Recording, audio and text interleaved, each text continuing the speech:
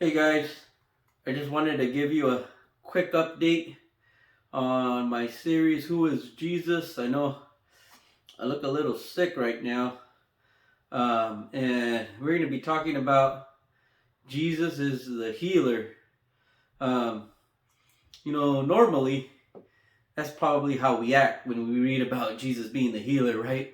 We're sick, we have colds, stuffy noses, allergies, fevers, and anything else out there, right? Then we read about Jesus being the healer, and we sort of believe it, but we sort of don't, right? We sort of think like, man, can Jesus really heal?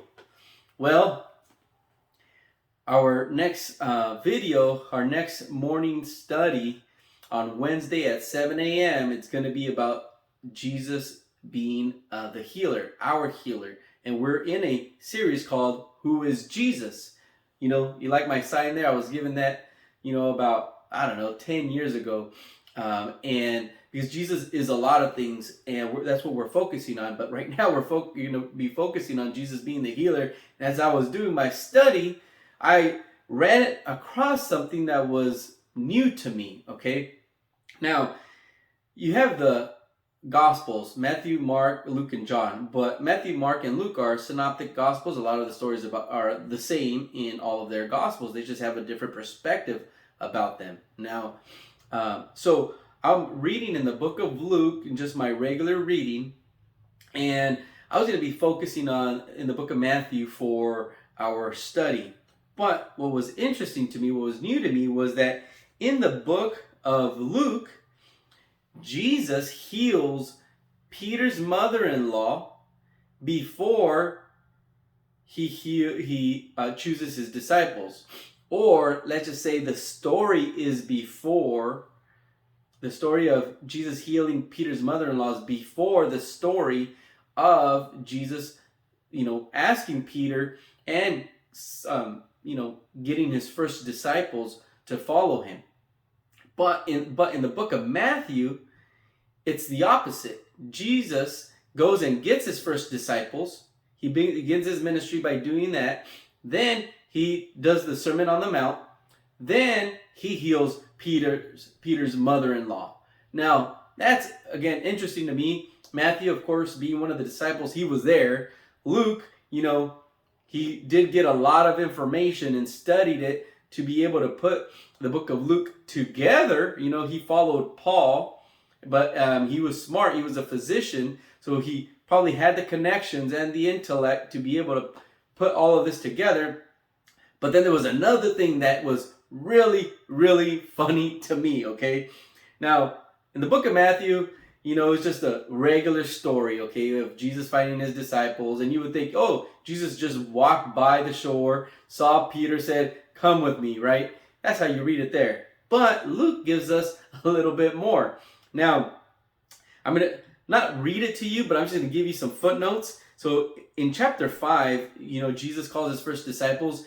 Jesus was being crowded by the people he was ministering to. So he went and, asked Peter to let him get in his boat. Or he said, I'm getting in your boat and push me off the land so I can teach the people. And so he did, right? He did. And after he was teaching, he actually told Peter, hey, Peter, put your net in the deep end of the water. And Peter was like, Master, he recognized him as Master. Master, I've been doing this all night, but because you said it, I'm going to do it.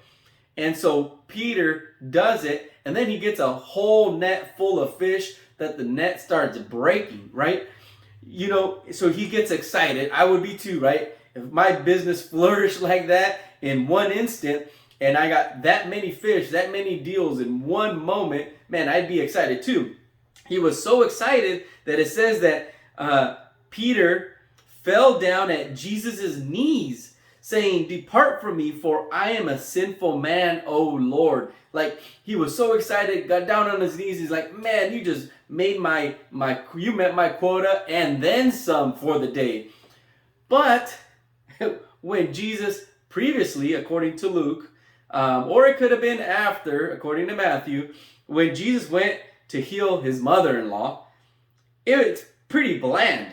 It just really says, now Simon's mother-in-law, which Peter and Simon are the same person, was ill with a high fever, and they appealed to him on her behalf, appealed to Jesus, and he stood over her and rebuked the fever, and it left her, and immediately she rose and began to serve them.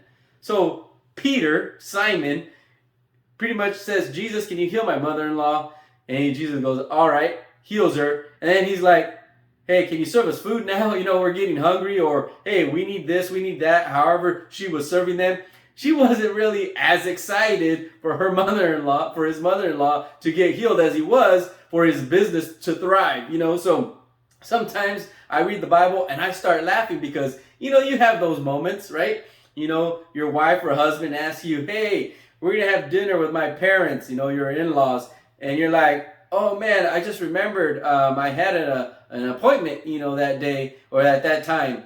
And then your wife or husband are like, you know what, I didn't tell you a day or time. He's like, man, it's been a busy month. I'm losing track of time. You know, you make all these excuses not to go eat dinner with the in-laws. You know what I mean? So I just thought that was pretty funny too, because in Luke, the stories are pretty much back to back. You know, in Matthew, you have to wait chapters in order to get it. So, you know, it wasn't really as funny. But the way that Luke described it, it was hilarious to me. So some of you may be laughing right now. Some of you may be not.